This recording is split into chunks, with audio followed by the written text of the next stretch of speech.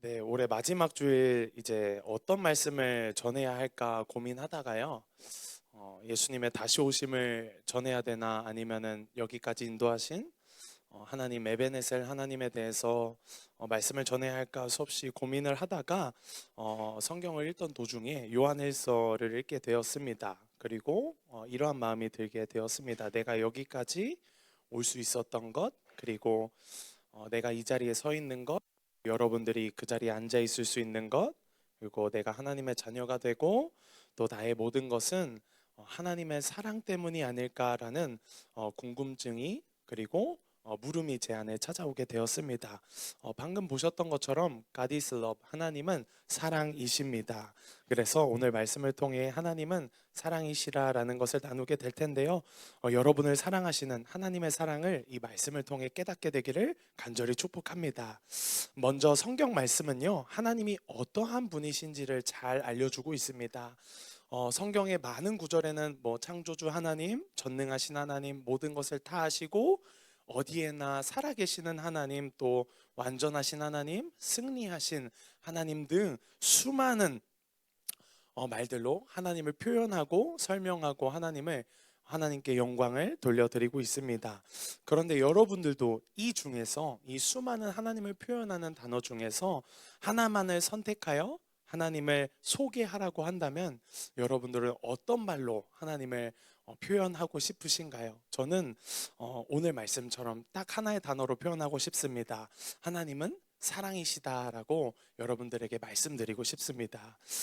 이 하나님은 사랑이시라, 이 말씀은요, 우리가 존재할 수 있는 근거입니다. 구원을 얻게 된 유일한 근거가 바로 하나님이 우리를 사랑하셨기 때문입니다. 우리는 그래서 하나님의 사랑 때문에 존재하고요, 하나님의 사랑 때문에 죄 사함을 받아 예수 그리스도로 인해서 죄 사함을 받아서 구원에 이르게 되었고요, 하나님의 사랑 때문에 이 세상에서 은혜와 축복을 누리면서 살아갈 수 있습니다. 또 하나님의 사랑 때문에 우리가 거할 영원한 천국 본향을 향해 우리가 천국을 소망하며 살아갈 수 있는 것입니다. 이것은 다 우리의 어떠한 능력이나 지식에 달려 있는 것이 아닌 오직 하나님께서 우리를 사랑하셔서 주신 은혜의 선물입니다. 그런데요, 하나님이 존재하신다라는 사실은 믿어지는데, 하나님이 사랑이심을 믿지 않는다면, 하나님은 존재하시지만 하나님이 사랑의 하나님이심을 믿지 않는다면 그 사람은 하나님에 대한 잘못된 지식을 갖고 있는 것일지도 모르겠습니다. 더 나아가서 하나님이 사랑이심을 깨닫지 못한다면, 믿어지지 않는다면 구원에 이르지 못한다고 할 수 있겠습니다. 왜냐하면 구원에 이르는 믿음은요, 하나님은 사랑이시라는 사실에서 출발되기 시작합니다. 그러므로 여러분, 하나님은 사랑이십니다. 그러므로 여러분들을 향한 하나님의 사랑은요, 절대로 멈추지 않습니다. 심지어 여러분의 죄와 허물로 인해서 하나님이 진노하시는 중에서도 하나님의 사랑은, 여러분들을 향한 하나님의 사랑은요, 결코 멈추지 않습니다. 그러나 때로는 이 사실을 잘 알지만 하나님이 나를 정말 사랑하시는지 의심이 될 때가 참 많습니다. 보통 내가 간절히 기도한 대로 하나님께서 이루어 주시지 않는다거나, 내가 꼭 이루고 싶은 일을 위해 하나님의 도우심을 그렇게 간절히 구했는데 도움을 얻지 못했다고 생각할 때가 우리는 생각보다 참 많고, 하나님을 원망하고 불평할 때가 참 많습니다. 이러한 상황들도요, 하나님의 하나의 사랑의 표현이라는 사실을 여러분들이 반드시 알으셔야 합니다. 자녀를 사랑하듯, 부모가 자녀를 사랑하듯, 부모님은 자녀가 모든 일을 자기 마음대로 하도록 내버려 두시지는 않는 것 같습니다. 별 문제가 되지 않는다면, 자녀가 하고 싶어 하는 일이 별 문제가 되지 않는다면 자녀가 원하는 대로 마음껏 허락하는 것이 부모의 마음이지만, 그리고 도움의 손길도 줍니다. 마음껏 도와주지만 자녀의 선택이 잘못된 선택일 때는 부모님이 단호하게 가로막습니다. 왜냐하면 그 길을 이미 걸어봤고, 이미 그곳에 부모님의 그러한 지식과 생각들이 통달되어 있기 때문입니다. 단호하게 가로막습니다. 하나님도 이와 같이 마찬가지입니다. 그러나 육신의 부모는, 우리들의 육신의 부모님은 사람이기에 실수할 때가 있습니다. 인간이라서 가로막는 것과 그리고 인도하는 가운데 우리 부모님들은 인간이기에 실수할 때가 있습니다. 그러나 우리 육신의 아버지가 아닌 영의 아버지이신 하나님께서는 완전하신 분이시기 때문에 결코 실수가 없으십니다. 우리를 사랑하시고 그리고 어떠한 상황 가운데서도 실수하지 않으시는 그 하나님의 뜻에 온전히 순종하는 것, 그것이 하나님의 사랑에 대한 우리의 올바른 반응입니다. 그 사랑 앞에 엎드려서 찬양하고요, 그리고 예배하고요, 기뻐하는 것이 우리의 유일한 소망이자 우리의 유일한 기쁨이 되어야 합니다. 그곳에 하나님의 응답의 역사가 있습니다. 또 하나님의 사랑은 사람들의 사랑들과는 조금 다릅니다.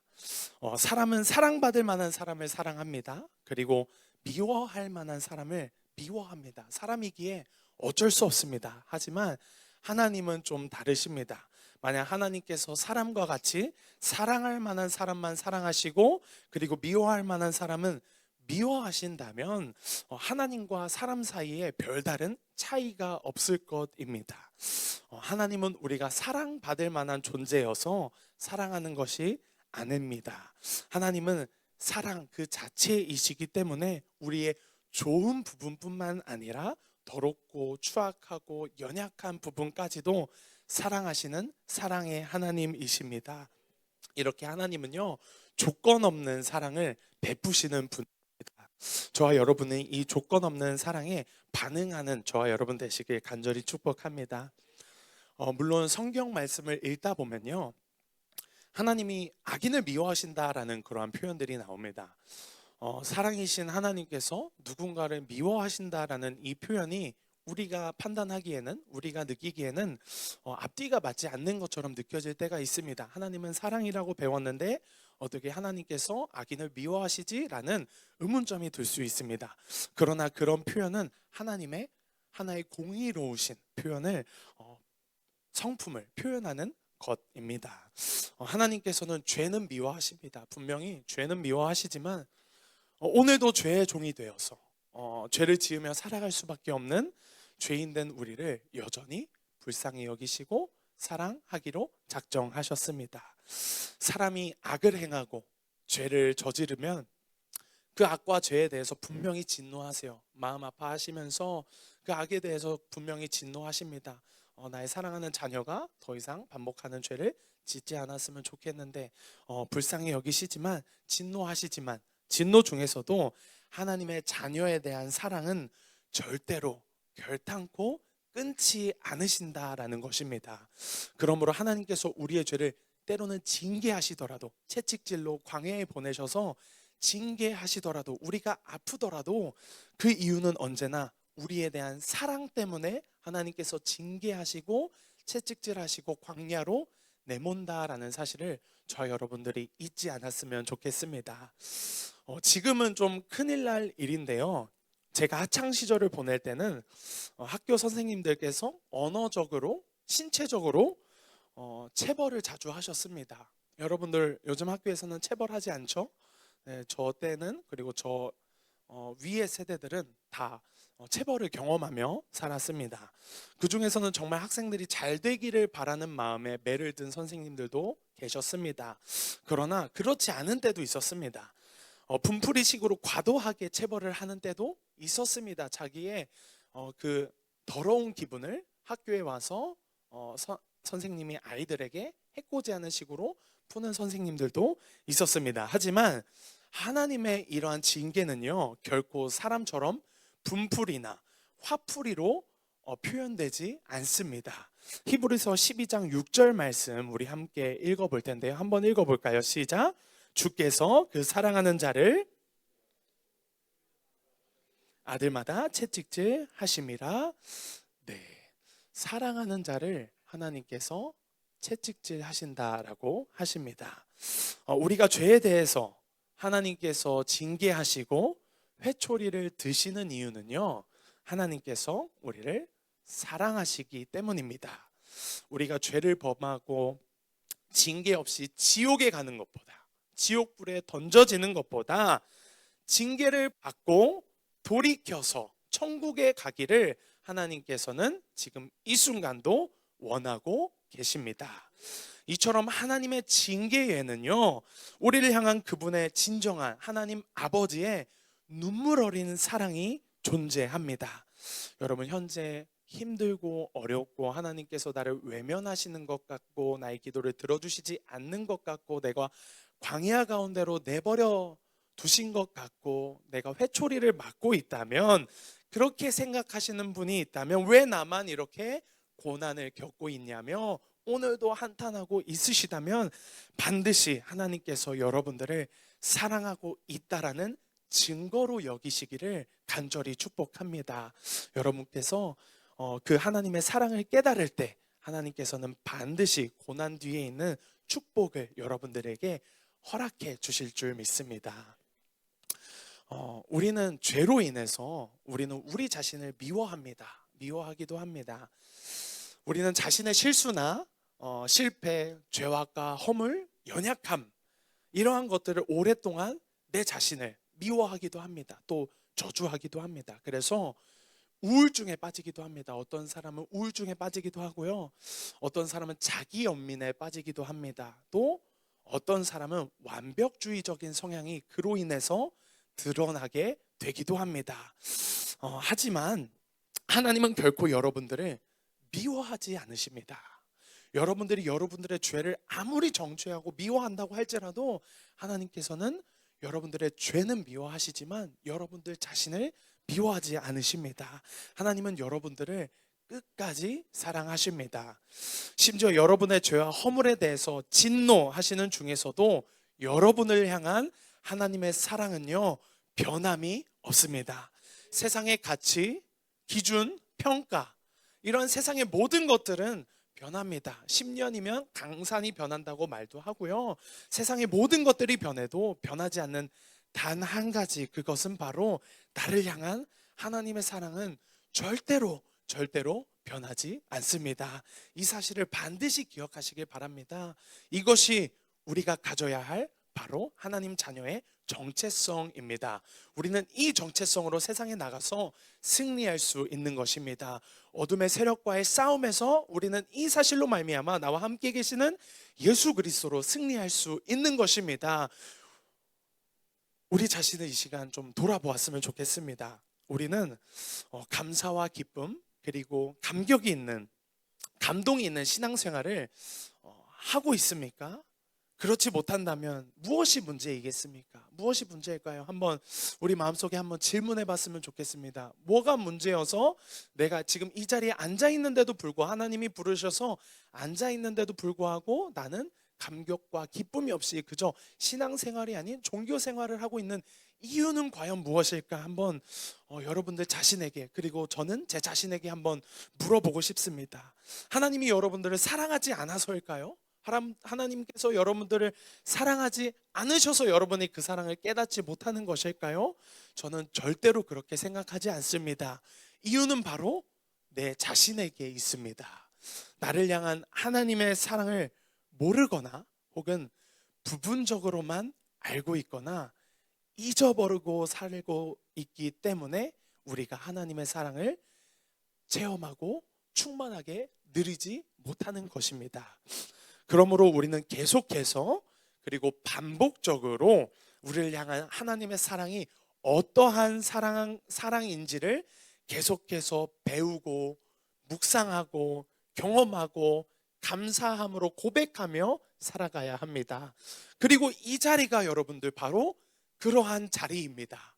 여러분들이 1년 52번 동안 이 자리에 나와서 하나님의 사랑과 은혜 그리고 성경적인 삶에 대해서 배워갔습니다. 하나님의 자녀로서 어떠한 가치관을 갖고 살아가야 하며 나를 향한 하나님의 말씀이 무엇인지, 내가 어떻게 성경적인 가치관을 가지고 살아가야 할 것인지 이곳에서 배웠습니다.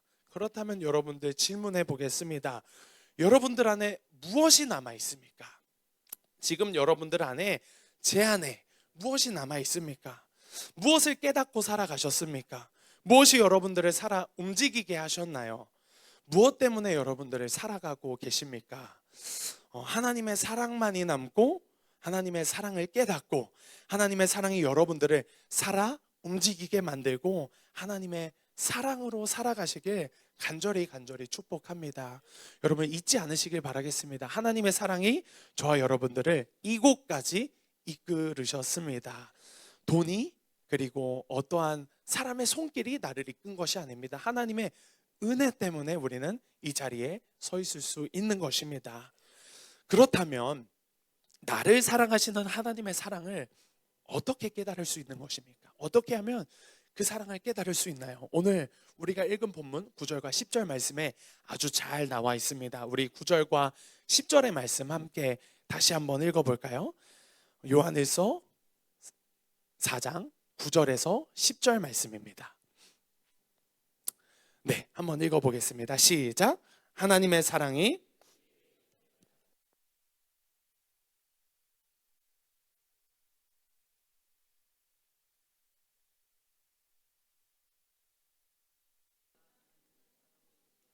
하나님이 우리를 사랑하사 우리 죄를 속하기 위하여 화목제물로 그 아들을 보내셨음이라.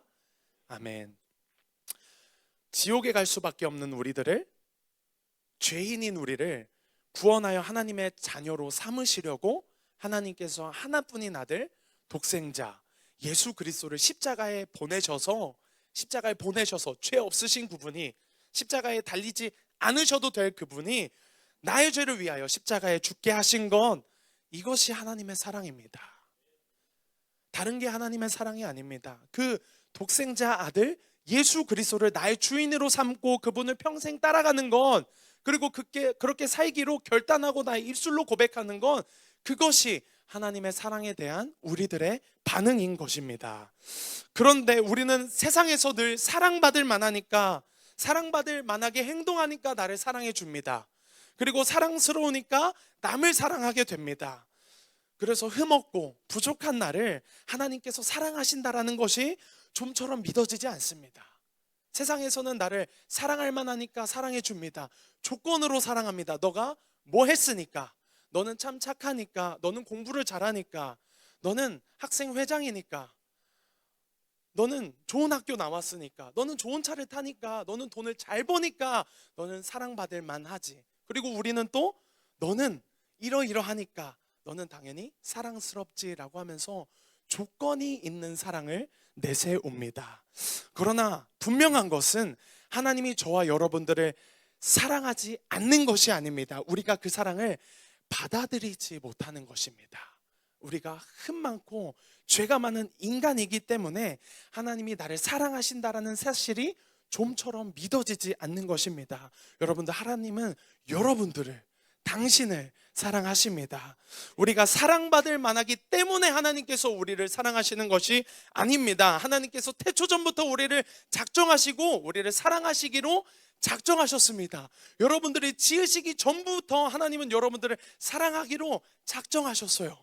그래서 여러분들이 이 자리 가운데 나와서 하나님의 영접하고 하나님을 사랑한다고 찬양하며 하나님의 말씀을 듣고 있는 것입니다.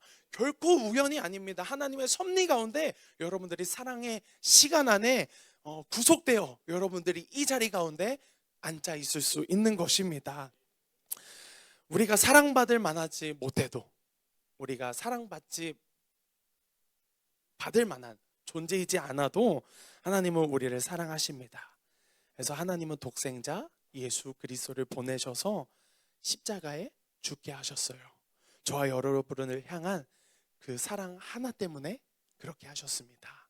다른 것이 아니라 세상에서 영광 받기 위해 하나님께서 예수 그리스도를 보내 십자가를 달려 죽게 하신 것이 아니에요. 박수 받고 싶으셔서 그렇게 하신 것이 아니에요.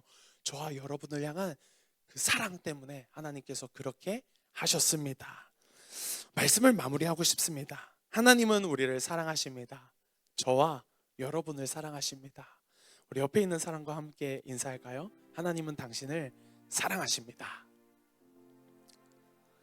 네, 하나님은 당신을 사랑하십니다. 독생자 예수 그리스도를 보내시기까지, 그리고 십자가에 죽게 하시기까지 여러분을 사랑하십니다. 여러분들, 다른 거 다 잊어도 2023년 마지막에 이거 하나만큼은 기억하고 2024년도를 시작하셔야 돼요. 하나님께서 여러분들을 사랑하신다라는 사실을 절대 세상 끝날까지 잊어서는 안 됩니다. 마지막으로, 그렇다면 여러분의 인생 가운데 무엇이 가장 중요한 것입니까? 돈이 가장 중요하나요? 건강 여러분들에게 중요합니까? 성공, 여러분들의 자녀, 미래, 사업이 성공하는 것, 그것이 여러분들에게 가장 중요한 것입니까? 우리에게 무엇이 가장 중요한 것입니까? 그것은 하나님의 사랑입니다. 우리는 하나님의 사랑을 구해야 합니다. 하나님의 사랑으로 살아가는 존재들이 그 속에 하나님의 사랑이 없다면 그 속에 하나님의 사랑을 거절하여 그 사랑을 누리지 못한다면 결코 행복할 수 없습니다. 행복을 쫓아가지만 여러분들 절대로 행복할 수 없어요. 제가 보장합니다. 모든 것을 가졌으나 하나님의 사랑을 가지지 못했다면 아무것도 가지지 못한 자입니다. 반대로 아무것도 가지지 못했으나 하나님의 사랑을 가졌다면 그 사람은 세상 모든 것을 가진 가장 행복한 사람입니다. 저와 여러분들 가장 행복한 사람이 되기를 하나님께서 간절히 원하고 계실 것입니다. 그러나 하나님의 사랑이 가장 중요하다고 여기지 못한다면, 여러분들이 하나님의 사랑이 제일이라고 여기지 못한다면 절대로 구하지 않습니다. 하나님의 사랑보다 앞서가는 것이 있다면 여러분들 이 자리에 나와서 결코 여러분들 구하지 않습니다. 우리에게 가장 중요한 것이 하나님의 사랑이름을 깨닫고도 우리가 구하지 않는 것을 우리는 2023년 마지막을 보내면서 회개해야 합니다. 이제 진짜 하나님의 사랑을 구해보시기를 바랍니다. 이제 진짜 하나님의 사랑을 받아들여 보시기를 바랍니다. 그래서 여러분들 마지막인데요, 로마서 8장 28절 말씀 잘 하시죠? 우리 한번 띄워주실래요? 로마서 8장 28절의 말씀입니다. 저 여러분은 큰 목소리로 한번 외치고 말씀을 마무리하도록 하겠습니다. 한번 읽어볼까요? 시작. 우리가 알거니와 하나님을 사랑하는 자 곧 그의 뜻대로 부르심을 입은 자들에게는 모든 것이 합력하여 선을 이루느니라. 아멘. 하나님을 사랑하는 자 여러분들, 하나님의 뜻대로 부르심을 입은 여러분들이 2024년도에는 모든 것이 합력하여 선을 이루는 역사가 우리가 하나님을 사랑할 때 하나님께서 거저 주시는 선물로 은혜처럼 임하기를 간절히 축복합니다.